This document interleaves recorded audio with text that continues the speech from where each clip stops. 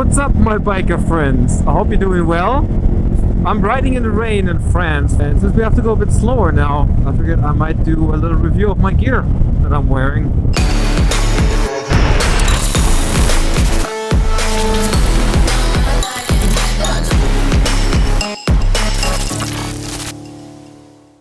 I'm gonna start with the top, which is the helmet. This is a Touratech Aventuro carbon helmet. This is the first version they made. They by now have a second version out. Now you see it with the clear visor. Typically I'm wearing a dark visor with it for 98% of the time. The dark visor is excellent even in light conditions like this. Even in the rain I like the dark visor typically. But at temperatures like this it starts to fog up. I didn't put a pin lock into the dark visor just to keep it simple, and for most of the time it's fine. But I picked the clear one today because the rain, I didn't want the visor to fog up. So this is my bad weather choice.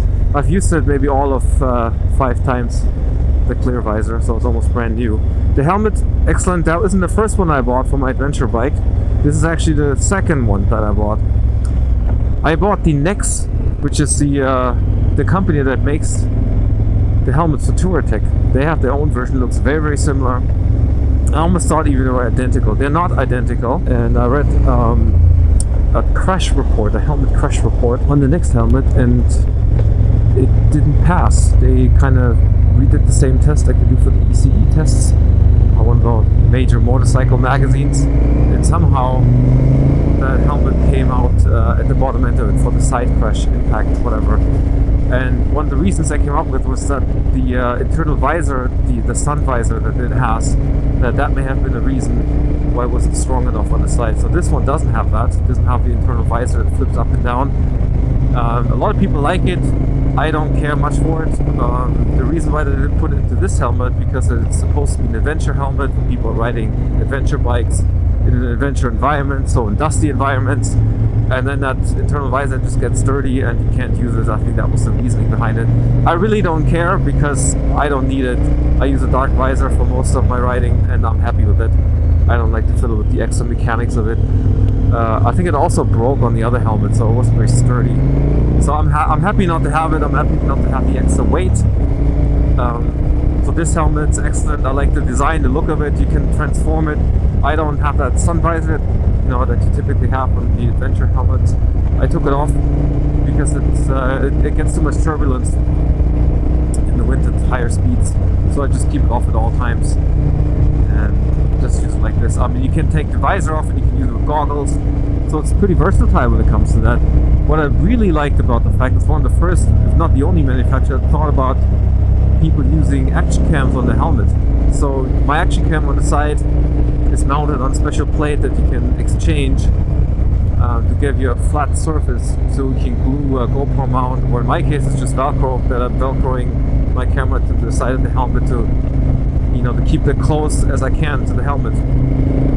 And that's been my setup since I'm using an action cam. This is the first action cam I bought, and that's how I've mounted it from day one.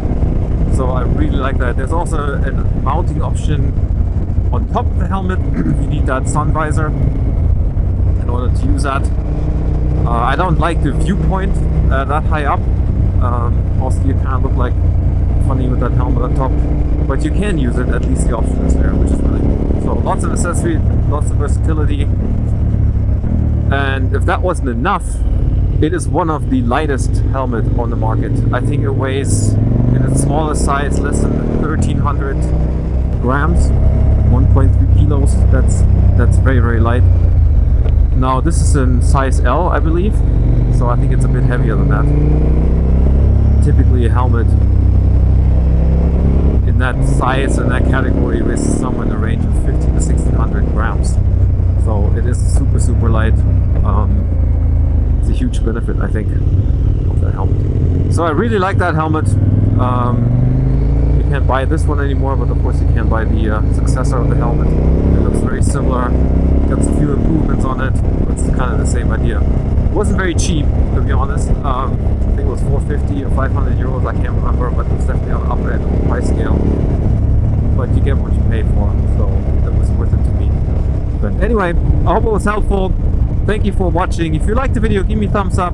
if you got something to add, please put it in the comment section. I'd be really interested to hear what you have to say. Subscribe to the channel if you haven't already. And like always, thank you guys for watching. Good to see you guys, and I'll see you in the next video. Ride safe.